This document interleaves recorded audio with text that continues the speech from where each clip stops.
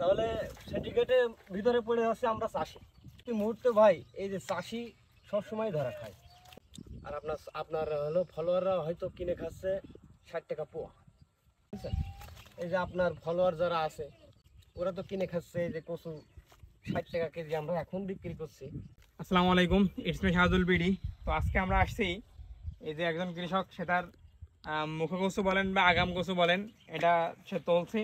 তো তার কাছ থেকে আমরা আগে রিভিউ নিই যে তার কেমন কি ফলন মোটামুটি হচ্ছে। আসসালামু আলাইকুম। ওয়ালাইকুম আসসালাম। কেমন আছেন? জি ভালো। আপনার ফলনের কি অবস্থা, দুরূপ তুলে কি বুঝলেন? ফলন বিষয়টা হচ্ছে যে এখানে 1-1.5 কাঠা জমি, ঘুরে দেখো 1-1.5 কাঠা জমি, এখানে নুনা উঠে গেছে, ঠিক আছে?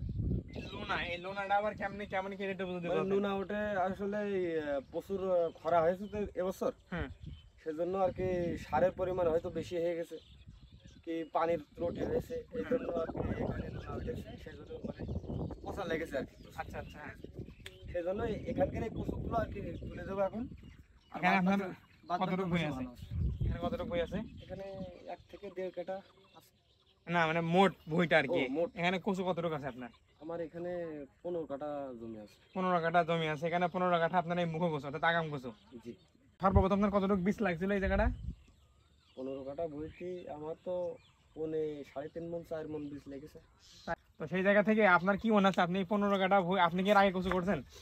জি, আমি আজ 5 বছর ধরে কচু করি।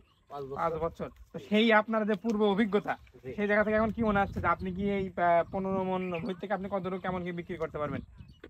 বিষয়টা হচ্ছে যে কচু মাশাআল্লাহ ভালো, আল্লাহ ভালো দিলো, বুঝেছেন? হ্যাঁ। এখন এই যে আমাদের একটা প্রাকৃতিক দুর্যোগ আছে আর কি, শিলাবৃষ্টি হয়েছে, যেই সময় কচুটা বলবে, মানে কচুটা আর কি নিচে লাভবে যে সময়, সেই সময় আমাদের গাছগুলো আর কি অর্ধাধিক করে ভেঙে গেছে আর কি, শিলাবৃষ্টি হয়ে। হ্যাঁ। সেই জন্য আর কি ফলন অনেক কমে যাবে। আচ্ছা, সেই জায়গাটা থেকে এখন কি মনে হচ্ছে যে আপনি 15 কাঠা ভুঁই আমাদের 3 মণ করে ফলন হয়, 3 মণ 3.5 মণ ফলন হয় কাঠাপতি। কাঠাপতি। হ্যাঁ। এখন আপনার 1.5 থেকে 2 মণ সর্বোচ্চ হতে পারে। ইতিপূর্বে যেহেতু আপনি এই কচু করছেন অর্থাৎ আগাম কচু বা মুখ কচু, তো সেই জায়গা থেকে আপনার কেমন কি ধারণা হতে পারে যে আমার এই যে 15 কাঠা ভুঁই, এ থেকে আমি এতটুক এত টাকা বা এত এরকম বিক্রি করতে পারি? এখন তো এবছর কচুরও দাম কম, ঠিক আছে? কচুরও দাম কম, গত বছর তুলনায় এবছর কচুর দাম কম। গত বছরে কেমন কতটুকু টাকা ছিল? এরকম টাইমে এখন কি মাস চলছে, এরকম টাইমে কচুর দাম ছিল আপনার 100-র উপরে, ঠিক আছে? হ্যাঁ। এখন বর্তমান বাজার হলো 60 টাকা 65 টাকা এরকম বর্তমান বাজার কেজি প্রতি। আর এরপরে কি হবে না হবে এটা কিছু বলা যাচ্ছে না, ঠিক আছে? প্রতি মুহূর্তে ভাই এই যে চাষি সবসময় ধরা খায়, বুঝছেন? এই যে আপনার ফলোয়ার যারা আছে ওরা তো কিনে খাচ্ছে এই যে কচু 60 টাকা কেজি, আমরা এখন বিক্রি করছি। আর আপনার হলো ফলোয়াররা হয়তো কিনে খাচ্ছে 60 টাকা পোয়া, ঠিক আছে? তাহলে সিন্ডিকেটে ভিতরে পড়ে যাচ্ছে আমরা চাষি সবসময় আর কি ঠকে যাচ্ছে, ঠিক আছে? আমাদের এত কষ্টের ফসল, মানে এত পরিশ্রম করে আমরা ফলাই, কিন্তু আমরা বিষয়টা হচ্ছে আমরা পাই না, মানে সঠিক আর কি ন্যায্য মূল্যটা পান না। ন্যায্য মূল্যটা পাই।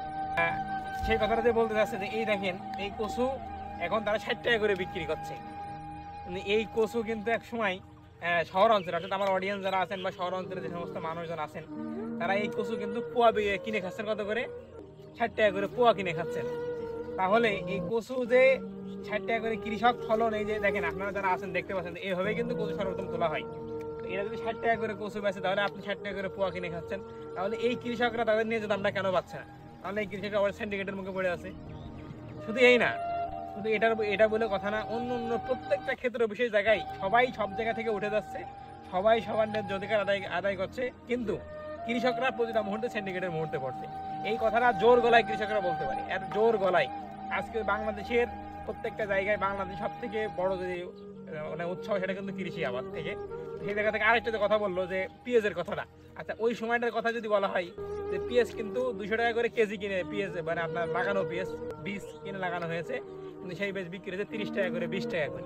এটার মূল রিজনটা কি ছিল? আসলে ওই সিন্ডিকেট বলতে কেমন সিন্ডিকেট, যে বাইরের দেশের থেকে ওই সময় পেঁয়াজ আনা হয়েছে এবং নিজ দেশের কৃষকদেরকে ঠকানো হয়েছে। তো এই জায়গা থেকে তার মূল মানে বক্তব্য যেটা ছিল যে কৃষকরা দিন শেষে সবসময় কি আসছে, সিন্ডিকেটের মুখে পড়ছে।